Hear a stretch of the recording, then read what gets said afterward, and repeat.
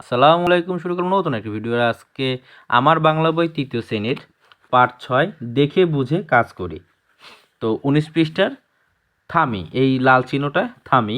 এখানে একটা রেল লাইনের চিহ্ন আছে, জেব্রা রেল ক্রসিং। এটা কিন্তু জেব্রা ক্রসিং না, রেল ক্রসিং। ঠিক আছে, আমি এরকম দিয়ে রেল লাইনের মতো সাবধানে যাই।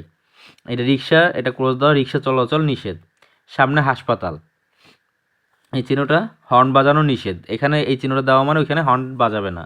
তারপর পথচারী পারাপার, এখান থেকে তোমার রাস্তা পারাপারের জন্য এই চিহ্ন দেখে রাস্তা পার হইতে পারবা।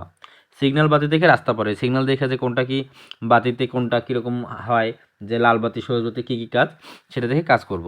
এখানে ময়লা ফেলি, এরকম যদি চিহ্ন থাকে তাহলে ওইখানে ময়লাটা ফেলবো। টয়লেট ব্যবহার করি, মানে এটা টয়লেটের চিহ্ন দিয়ে যে ছেলেমেয়ে সেখানে আলাদা আলাদা করে টয়লেট ব্যবহার করা যায় সেটা আমরা দেখব। তারপর হাত ধুই, পরিচ্ছন্ন থাকি। তো আমাদের ৬ যে পার্টটার আরও কিছু ব্যাপার আছে যেটা আমরা একটু বলে দেই।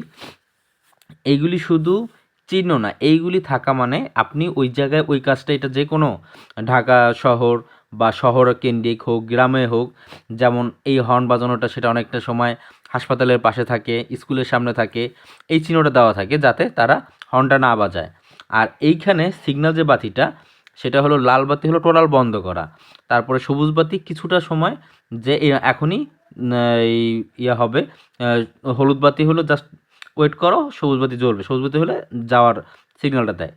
এই বিষয়গুলি টোটাল বিস্তারিত যদি তুমি জানতে চাও তাহলে সেটাও করো, যে এটাও বিস্তারিতই। এছাড়া মানে সোজা কথা, তুমি এই চিহ্নগুলি দেখে বুঝতে পারবে যে এই কাজগুলো এখানে করা নিষেধ। রিক্সা ওইখানে যাবে না। তারপরে সামনে হাসপাতাল আছে, পারাপার, তারপর আবার এরকম করে লাল দাগের করে জেব্রা ক্রসিং, এরকম করে বিভিন্ন প্রাক থেকে শুরু করে আমরা তৃতীয় অনেক কিছু শিখেছি, সেগুলি আমরা দেখে বুঝে কাজ করব। ঠিক আছে, আজ এ পর্যন্তই। আবার দেখাবো নতুন কোনো ভিডিওতে। ততক্ষণ তো আল্লাহ হাফেজ, টাটা, বাই বাই।